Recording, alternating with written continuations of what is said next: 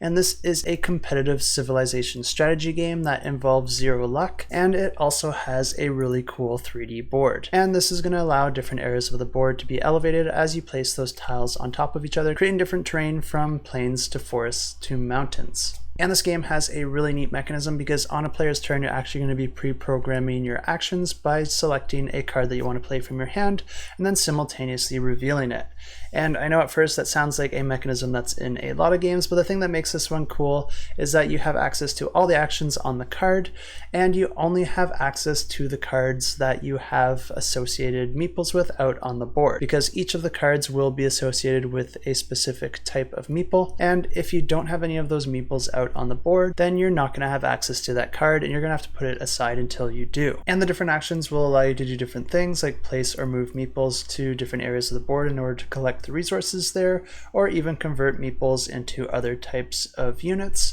And you do want to do this to some degree, because if you are able to get all your meeples out on the board, then that will allow you to unlock a special trophy that's worth victory points at the end of the game for that particular type of unit. Of course, in doing that, you're probably going to be converting a lot of your other meeples into those meeples, which means that you might lose a card or two. But the card's not necessarily out of the game forever, because if you're able to get more of those meeples out on the board, then you will get that card back. And the game continues like this over a series of rounds, with players choosing the card that they want to play from their hand, performing those actions to manipulate the board and their units. But while you're doing this, you're also trying to have the most majority of units in different areas of the board in order to maintain control there, and you're also trying to accumulate as much wealth as possible, because both these things are worth victory points at the end of the game, and you're going to be adding that to any of those objectives that you manage to reach, and then the player with the most victory points at the end of the game is going to win the game. And of course, I have links in the description below.